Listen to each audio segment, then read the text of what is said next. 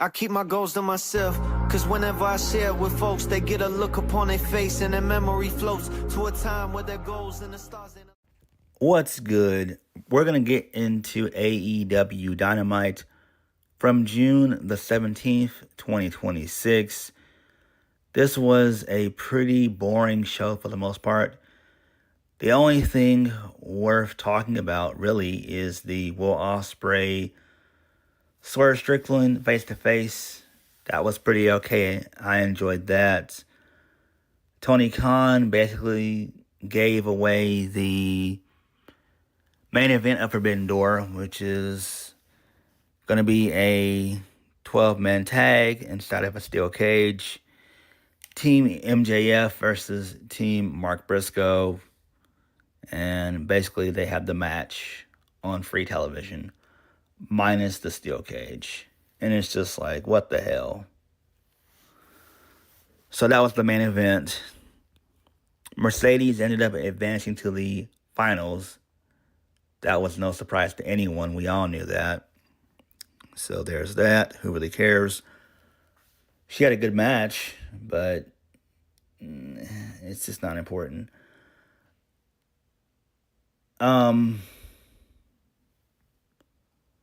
What else happened on this show? Oh yeah, nothing of note really happened. A little bit of news and note. Apparently, Jack Perry's contract is up at some point this month or next month. It doesn't really matter. I expect for him to re-sign with AEW. It's not even really news. I know some people were reporting that, but this isn't news to anybody who really cares. Jack Perry's going to be an AEW lifer, basically. So this isn't really even news. I just wanted to kind of put it out there. So, there's that. Just like how there was like a false rumor going around that WWE has interest in Anna Jay, which that wasn't even true at all, period. So, whatever. I don't know, man.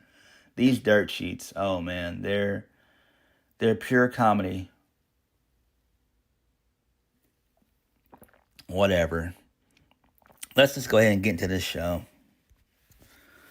Alright, so we kick the show off with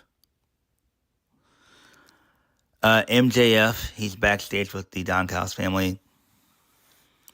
MJF talks about how important his title is and how great he is. And then he turns to chat with Kevin Knight. MJF tells Kevin Knight that he doesn't like him, but he respects him, and he reminds him a lot of himself. And clearly, out of all the young people in this company, he's the most likely to succeed. So then MJF looked at Kyle Fletcher.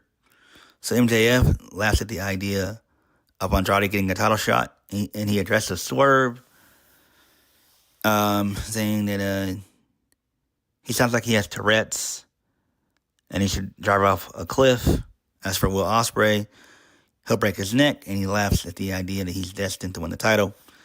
He says that Kenny Omega needs to keep his big kosher pickle out of his mouth, pause, because he's wrestled him twice and beaten him twice. So, and as for Mark Briscoe, everybody else on the list is a top act, a star.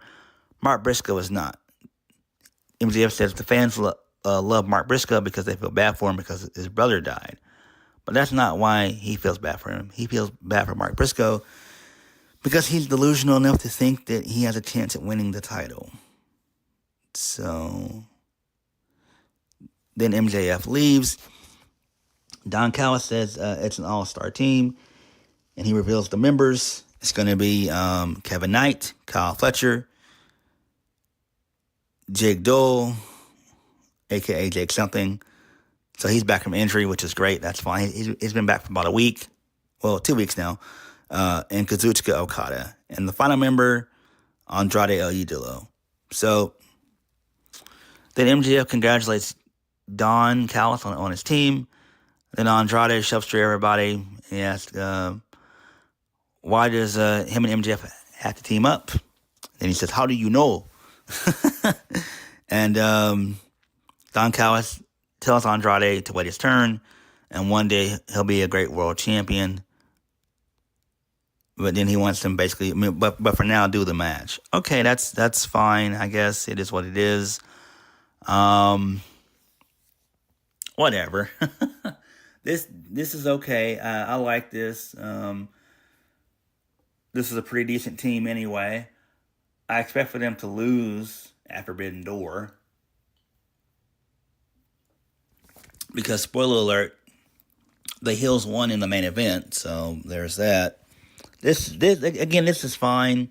I like this. I don't see Mark Briscoe. Well, I do see Mark Briscoe winning the match at Forbidden Door. MJF and Mark Briscoe, they run it back. Maybe the week after Forbidden Door to get the match over. I'm not sure when Redemption is, but they'll tell us on commentary or whatever. So there's that. I do expect for MJF to lose to Kenny Omega at AEW Redemption, whenever that's going to be.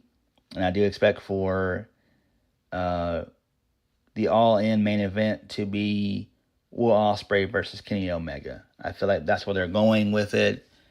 And it should be expected because it just makes the most sense. I mean, it's Tony Khan's booking. So, there's that. Moving on, this leads us into Tony Nese. Tony Nese issues an open challenge. It's answered by Kenny Omega. Kenny Omega defeats Tony Nese. So this was the first match of the night. So there's that. Kenny wins via the One Wing Angel. So the Mighty Don't Kneel, they show up. Then the Elite, they show up. Jack Perry and the Young Bucks. So Kenny Omega gets on the mic and he says he doesn't know what the Mighty Don't Kneel stand for. And it's like, come on, man. Are you kidding me? So Kenny Omega puts over Zack Sabre Jr. and everything. But Kenny says Zack Sabre Jr. has something that he wants, and the same for Omega. So Omega says it wouldn't look good on his resume to have a big fat W next to Omega's name. So Kenny said it wouldn't look good for Kenny to beat him, not just for AEW, but for his home away from home in New Japan. He says they both got their boys, but he wants to keep it one-on-one at the pay-per-view. And then he does his catchphrase, and then there's that. Who really cares about this crap? I don't. If anyone is excited for this match, you have mental issues. Who cares about Zack Sabre Jr.? He's been irrelevant for the last maybe at least the last 3 to 5 years. He's done nothing to elevate New Japan. Nothing.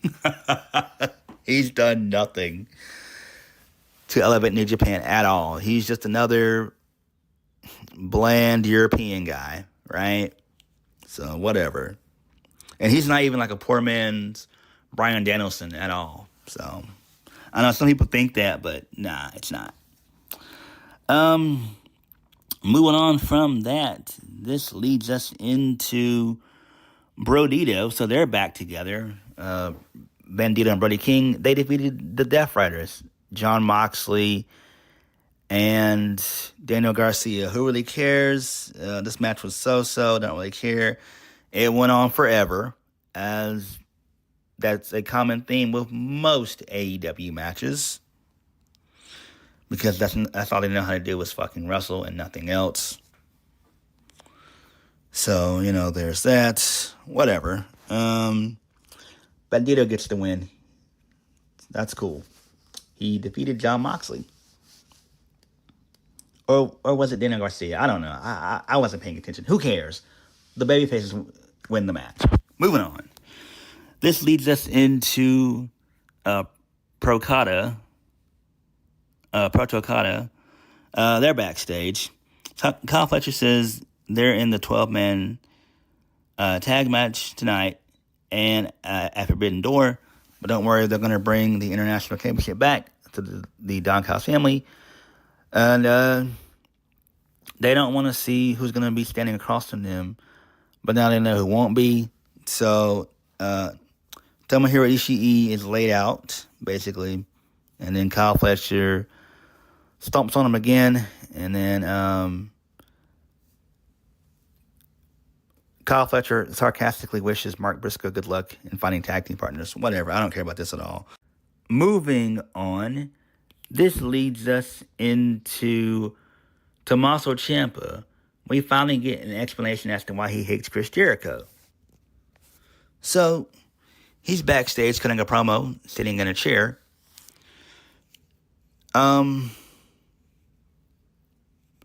He used to respect him, the world-traveling Lionheart, who went everywhere and did everything, and won the AEW. He was the inaugural AEW World Champion. But Chris Jericho in 2026, with the jokes and desperation and the attitude, he hates every last bit of that guy. And if that guy's going to show up, he might as well stay at home, or at least stay out of his way. But if Chris Jericho thinks that he still has it in him, and if Jericho thinks Tommaso Ciampa is worthy, by all means, let's dance. The ball's in Jericho's court. Don't drop it. Okay, I like this. This is fine. This is okay. Clearly, the match is going to take place at Forbidden Door.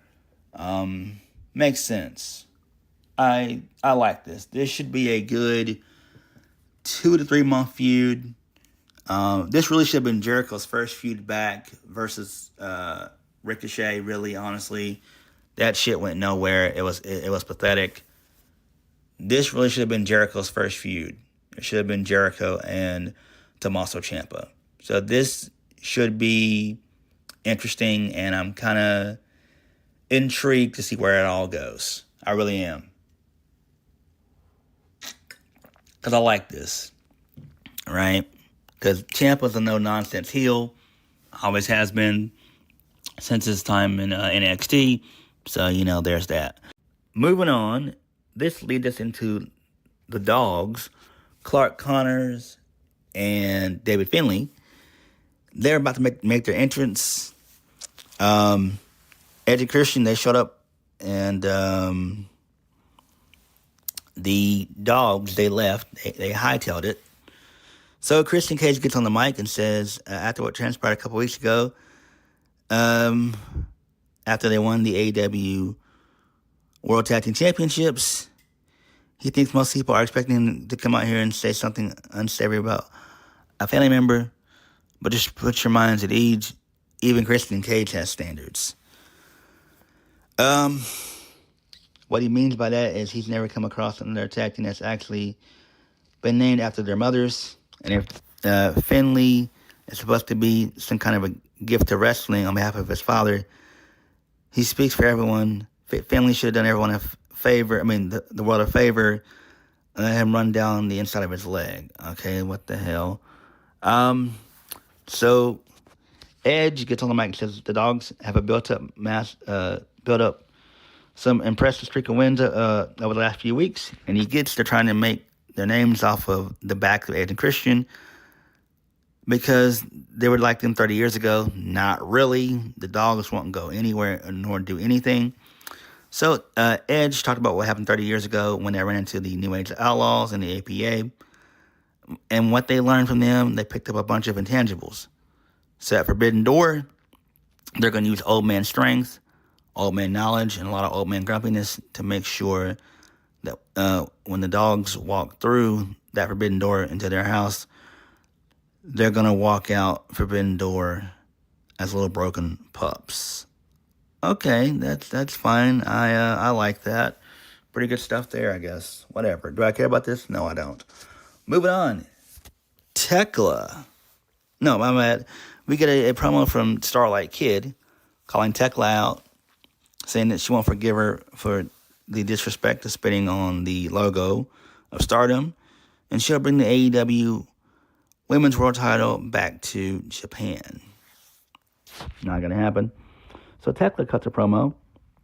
She said she sets the hate aside, and she said she went through all the same hard dojo stuff, but it made Starlight Kid a hero, and it got her ejected. Tony Khan said Starlight is his favorite wrestler outside of AEW.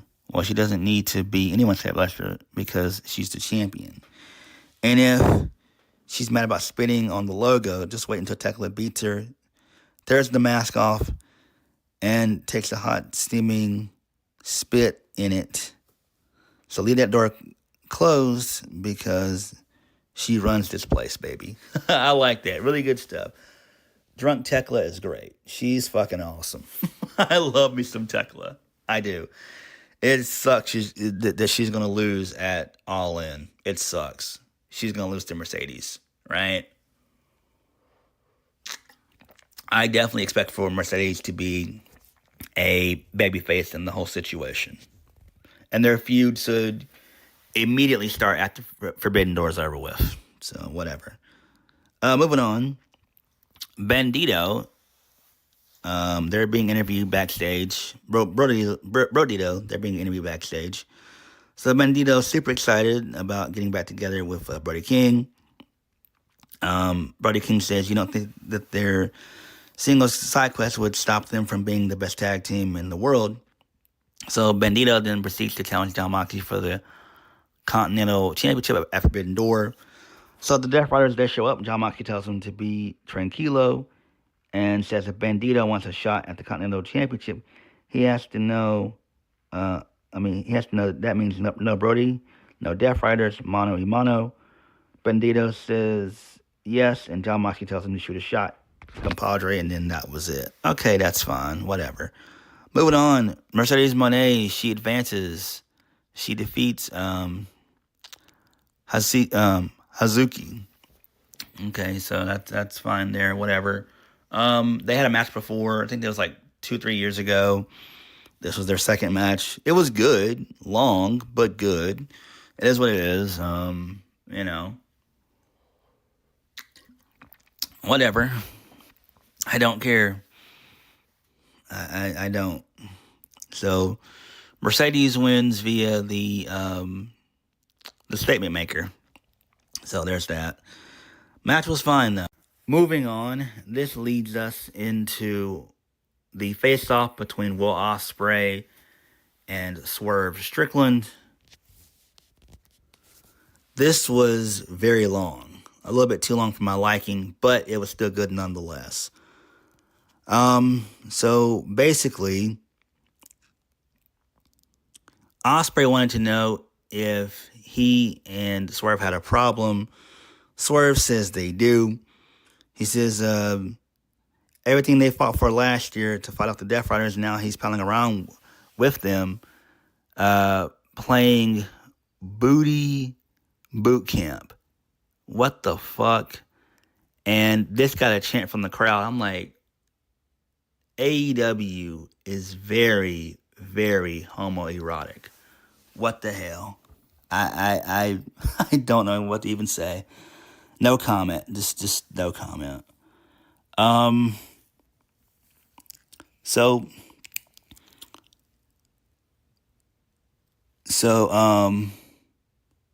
Swerve says that Will Ospreay's changed. Will Ospreay, he said he hasn't forgot what the Death Riders did to him, and he hasn't forgiven them either. He just had to let it go and accept help. They're his training partners, and the training's working. His neck feels great. His ground game is improving. So then Will Ospreay continues on by saying about what happened a few years ago. Last year with the steel cage match, he said Kenny Omega tried to help him out, the Ops, Darby Allin, but you know who wasn't there? Swerve. He says they teamed up at All In Texas to take out the Young Bucks. Hangman needed help, and Will Ospreay went and ended up helped and ended up being in the hospital. Landing in the hospital. he rewatched the footage, and he saw Swerve come out to help. Maybe he's on an island here, but he says that if your brother, and he loves you, he expects you to run through a brick wall to help him no matter what. And Will Ospreay doesn't want to know. He doesn't want an answer from from Swerve. So Ospreay then yanks the mic out of Swerve's hand and everything.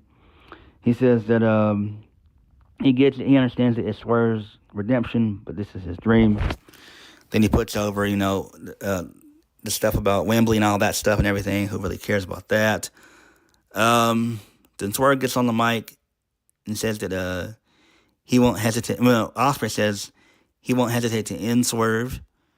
Swerve says, not if he does it first. He says last year he had to stand here and listen to Will Ospreay say it. It wasn't their time.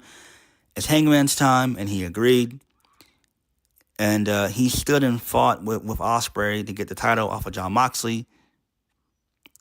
And Swerve asked a serious question: where is Hangman? He can't get a hold of him. He knows Will can't. He can't even challenge for the title. And all that work was for nothing, which is 10,000% true. Then Swerve continues on by saying he expected Ospreay to step aside so he can have a nice path to the main event at Wembley. And then Swerve says some stuff. He gets censored for it. I'm guessing he cusses or whatever. I don't know. I don't know why they did that. I guess he just said some foul stuff, whatever. I don't know. I hate when that happens at times. So they continue to bicker back and forth. And then basically Swerve reiterates several times that Will Ospreay has not beaten Swerve in 10 years. And not even the version of Will Ospreay 2 years ago could beat him now. And then he mentions his fragile-ass neck. And then Ospreay hits Swerve. And there's that. So the Death Riders, they show up. They surround the ring. And Swerve just dips out. So, okay, that's fine. This was pretty good. I actually enjoyed this, but the problem is this was a little bit too long. Congrats on Will for getting married over the weekend. That's cool. So congratulations. But this was just way too long for my liking. But it was the best thing on the show.